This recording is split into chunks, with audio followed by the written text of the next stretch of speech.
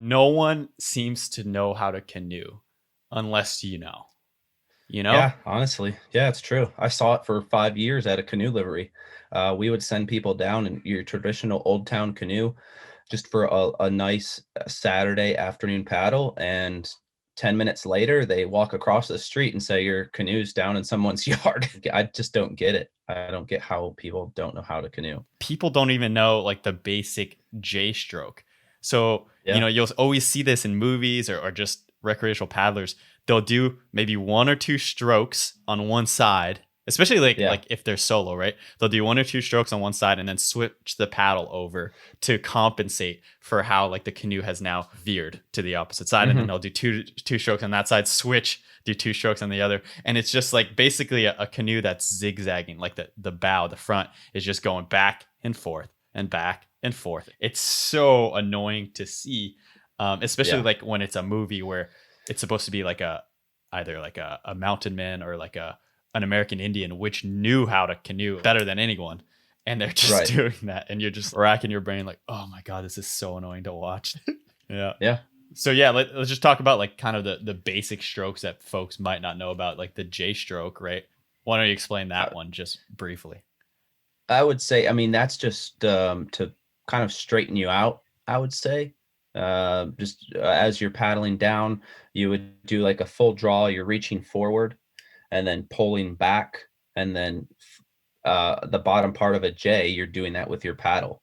And that'll kind of straighten your canoe out. So if you're starting to go down the river and your bow is going towards the bank of the river and you're trying to get the back end of your canoe to straighten out downstream, a J stroke would probably help you with that. Yeah.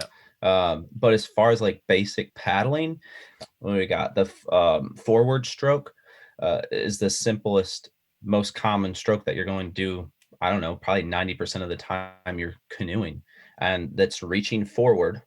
And you kind of want to visualize like you're putting, and this is how we race. Maybe tell me if I'm doing this wrong or as far as recreational paddling goes.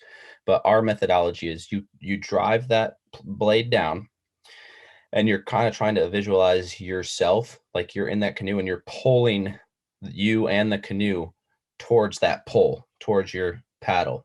And you don't want to pull the paddle out like way behind you.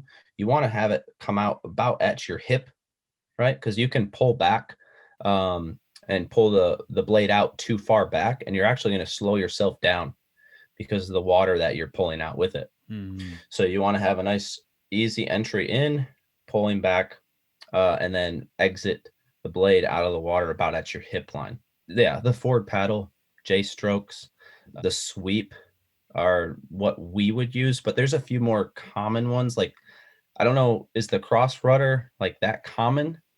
Would I forget. Yeah, yeah, a it is. recreational paddler? So Okay. that's like the guy in the front, the bowman is, Yeah. yeah, like crossing over. So he's normally paddling on his one side, but then instead of swapping the paddle over, like where your Yes. top hand is swapped, he just Yes. crosses over the bow and basically affects like a turn maneuver. Yeah, I think that's definitely a thing. Yes. And one of the things as far as just the general forward stroker, what they teach is you often see people the paddles like in a diagonal as they reach forward, and then it kind of like tips like a tilting point, and then Yes. it ends Yep. up way behind them. So yeah, that's definitely something to avoid. I think what they recommend, at least like what I've learned, is you you're pretty much trying to keep the paddle as vertical as possible the entire stroke, Yep. and Yeah. as you reach forward, you turn, but you're kind of turning with the torso, keeping the eyes front, but like turning with the torso in a, I think they described it as like opening a door in a sense, like maybe like a big door or something. But yeah, you're basically rotating your entire torso,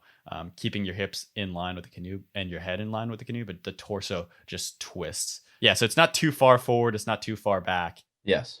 I guess any sport's complicated once you really break it down and get to like the expert level of them. Even run Mhm. something as simple as running. But yeah, canoeing is definitely one of those that are like perfecting these skills are crazy. Yes. Absolutely. As far as like maneuverability goes, did you watch that video I sent you? That I did. Yeah. I didn't know that solo canoe synchronized or was a synchronized sport.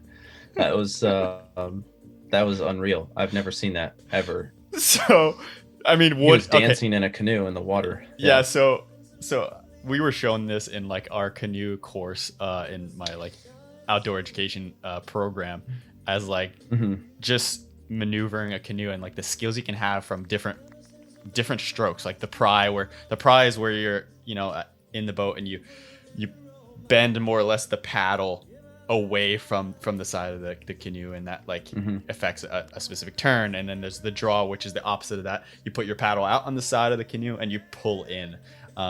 So if you watch this video of, I guess his name's Mark Ornstein, in 2007, it's this guy in a canoe, and I'll show it on YouTube if you guys are tuning in, but it's really impressive because this guy's like dancing in a canoe in a tuxedo with like music, and he's just making this canoe.